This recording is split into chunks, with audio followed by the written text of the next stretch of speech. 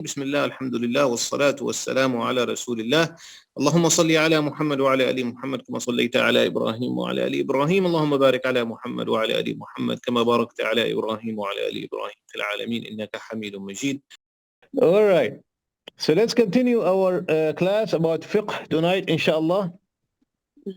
And we are still talking about jihad and things that are related to jihad. We said before, in short, jihad is a set of rules which are they limit the options or the movement of the Muslim country in case it was superior in power. So we can't just go and attack people and take their land just for the purpose of conquest and domination and getting more resources. So jihad is not an offensive word or a word that is that is used in offense. Is more like a set of rules that tell us how do we behave towards the countries around us if we had superior power. And there is one thing in Islam you can never find in any other religion or in any other law or constitution or anywhere else. Something that is so beautiful, you cannot imagine. Say you are fighting an enemy, a war between Muslims and non-Muslims. Muslims and Muslims are not supposed to fight. The Prophet ﷺ says, إذا التقى المسلمين بسيفيهما فالقاتل والمقتول في النار. When two Muslims fight, both of them are in hellfire. The killer have a lot of them. And the victim, both of them are in hellfire. Muslims are not supposed to fight Muslims. And that's why if a Muslim comes to fight me, I will surrender. Like the Prophet ﷺ says, be the better one out of the two children of Adam, the one who got killed. Don't be the killer. Again, Muslims should not fight Muslims. But when Muslims are fighting non-Muslims and the Muslims are winning, let's say, and the Muslims are about to conquer this country, and then the country or the people say, we're Muslims, we're done, we leave them alone. This doesn't happen in any world, anywhere, any law in the world. You are winning, you're victorious, you're about to conquer the land, you're about to get control, and now they say, we're Muslims, you just leave them alone. And this is applicable at an individual level as well, which means you're fighting another person, you're about to kill him, he says, I'm a Muslim, you cannot touch him anymore. There is no religion in the world, no law in the world that is so peaceful and beautiful like this.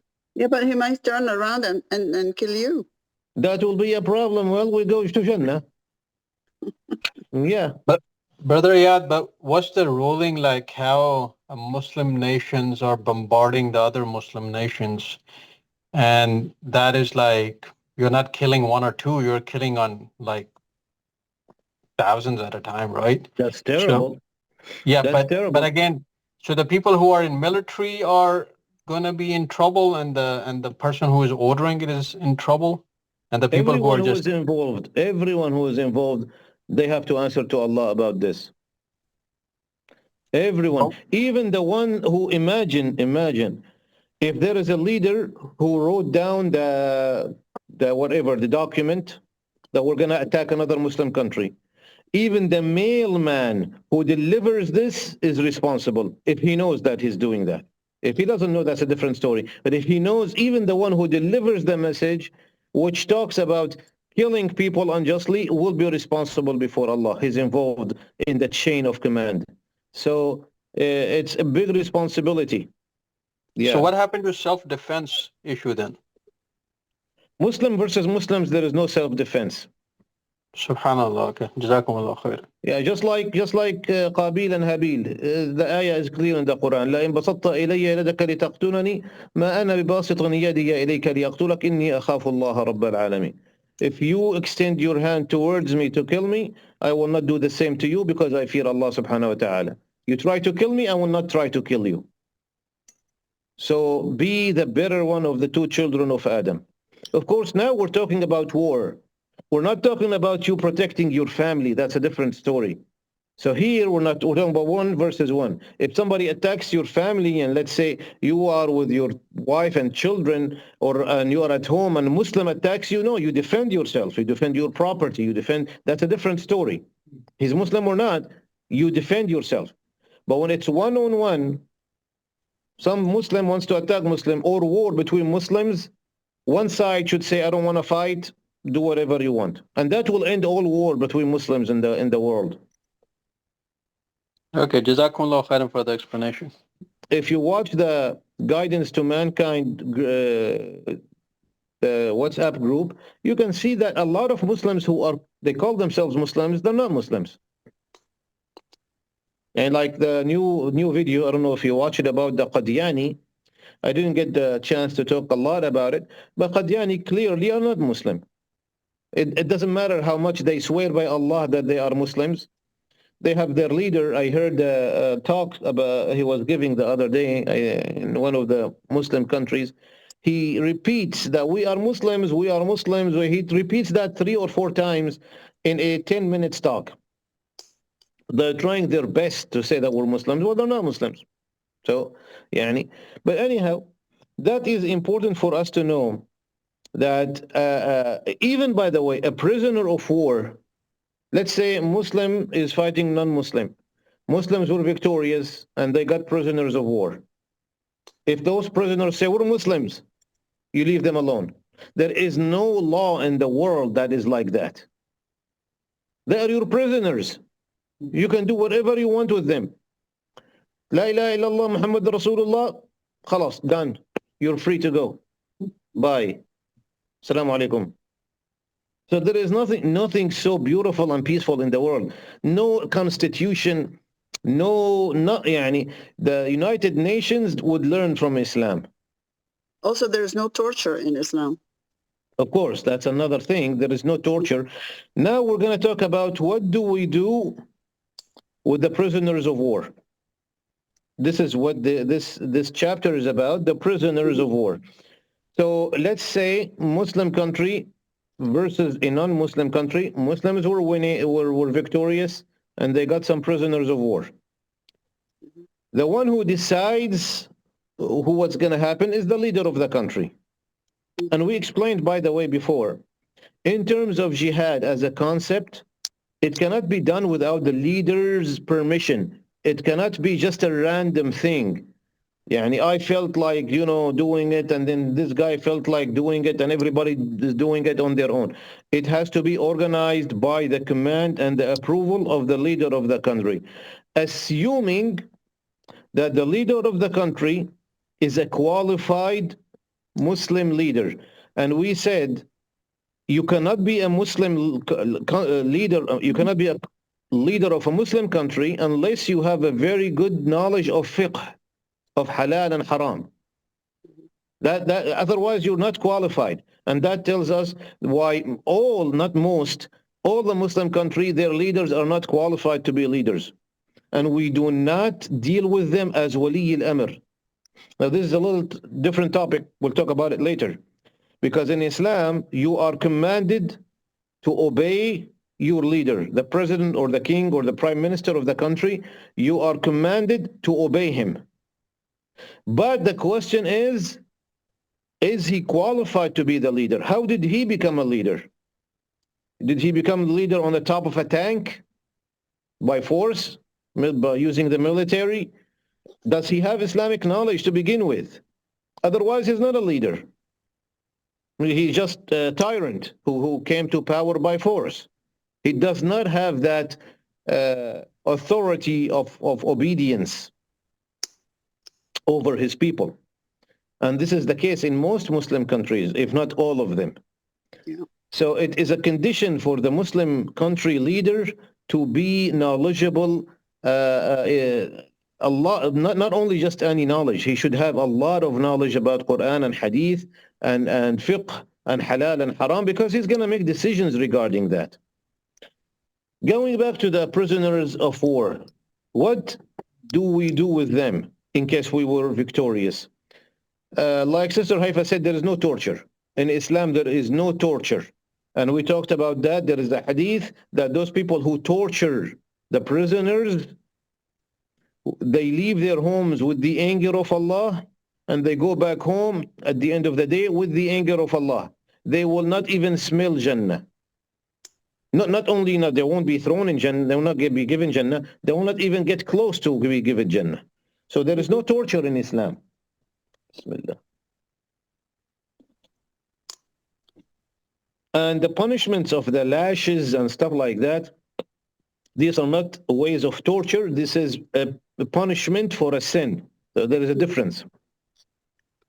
So for the men, the punishment, or not the punishment, what the imam or the leader of the country, what he can do is, these are the options, what to do with the prisoners of war.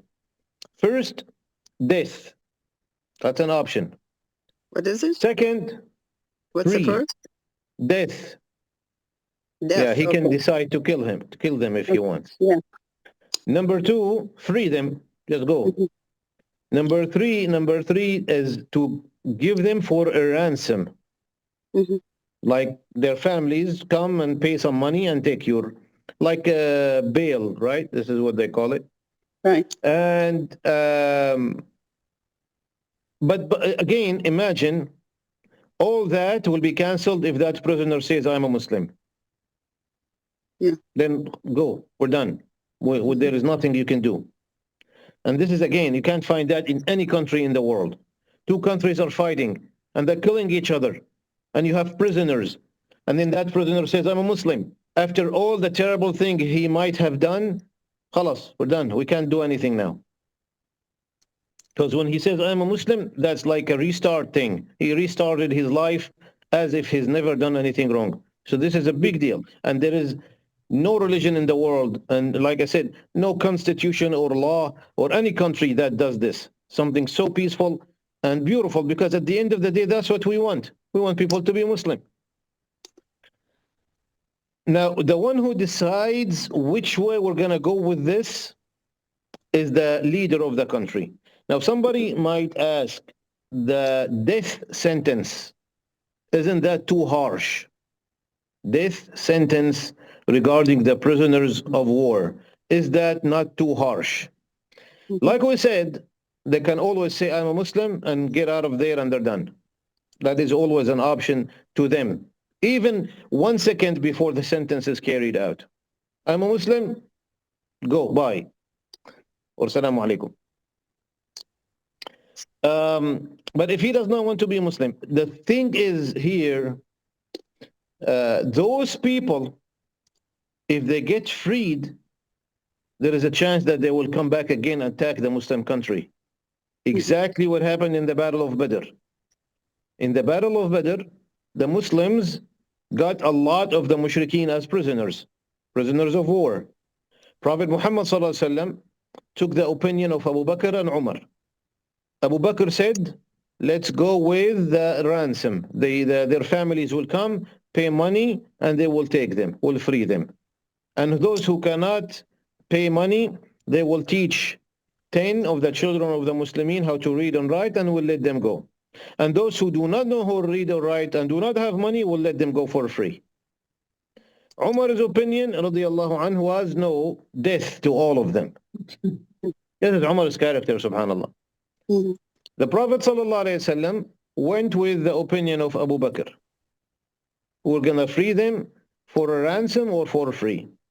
And then Allah revealed in the Quran, in Surah Al-Anfal, Anfal means the spoils of war, that Umar's opinion was correct. Because those who come to attack the messenger of God, this is a big crime. And their punishment should be death. And subhanallah, most of those who were freed after the Battle of Badr came back again in the Battle of Uhud and attacked the Muslims again. That's why Umar radiallahu anhu was correct in that situation. So the one who decides is the leader of the country. What is the best way to go with? And they go with that. And again, any prisoner of war can become Muslim, and then he is no longer a prisoner, and he does whatever he wants. In terms of the spoils of war, who gets the spoils of war? Well, the spoils of war will be divided into 5 parts. The first fifth, 20%, yani, goes to the leader of the country. Not so he can add it to his bank account. We're going to say what he's going to do with it. So this is again, yani, because today the Muslim country leaders, they think they rule, they own the country as well. And everything goes to their bank account, which is not in the country, it's in Switzerland or it's in England. That's when they send out their money. Because they know whenever the people get upset and they want to throw them away, they can just take an aeroplane and go to that country and they have billions. Allahul Musta'an. So that fifth, the 20%, which is supposed to be going to the leader, it will be divided into 5 parts as well. So 20% of the 20%. First one will go to the treasury of the country. Second one will be given to the relatives of Prophet Muhammad sallallahu alaihi wasallam if they were there. The third one will be given to the yatama, orphans, and the fourth one will go to the masakin, the poor, and the fifth one to Ibn Sabil, the traveler. So even the 20%, which is the share of the leader of the country, does not go to his bank account. He uses it to give the orphans, and that's how the Prophet ﷺ used to do. His share is 20% of the spoils, and he takes a little bit for himself and his family, and all of the rest he gives it to the poor and the needy and the orphans. The other 80% will go to those who were in that war. Normally, it will be divided among the troops equally, basically. And there is something called fay, is what the Muslims, I don't know if there is a word in English for that, because ghanima or al-anfal, ghanima, anfal, spoils of war, after winning a war. Fay is when the Muslims get an amount of money without fighting, which means, let's say the Muslims were attacking somebody and that somebody ran away and left all of his money and stuff. So this is called fay. And this will be divided again over the same way, basically, almost, the poor and the needy. This day war is different. Before the war was all fighting 2 armies. But Yeah. now the air and all kind of the throwing bomb and everything. So they're hurting civilian and everything. So how can the spoil of war will be available? Well, I mean, these are not real wars. This is basically, when they use the aeroplane and everything, they are preparing for a land invasion. If they don't go inland, this is not really war. They're just slapping each other. The real war, which happens on land, and the infantry, and they invade the country and they take control of the country. That's the war we're talking about. Just throwing bombs from far and rockets from far, that's not really war. These are the war is different. Now it's all in air. Whoever air power will win it. That is true. No, but you don't win the war just by throwing bombs at your opponent. How do you win? What do you gain out of that? Depends where you throw it. If, for example, we were a Muslim country and we had a land invasion and took control of China, so basically the spoils of war would be the Chinese treasury, correct? The spoils of war normally is only the military leftovers. And normally those are expensive. Anytime weapons are expensive, and even past or present or always. But the treasury, we don't really go take the treasury and then go home. We take it back and we divide it among the people.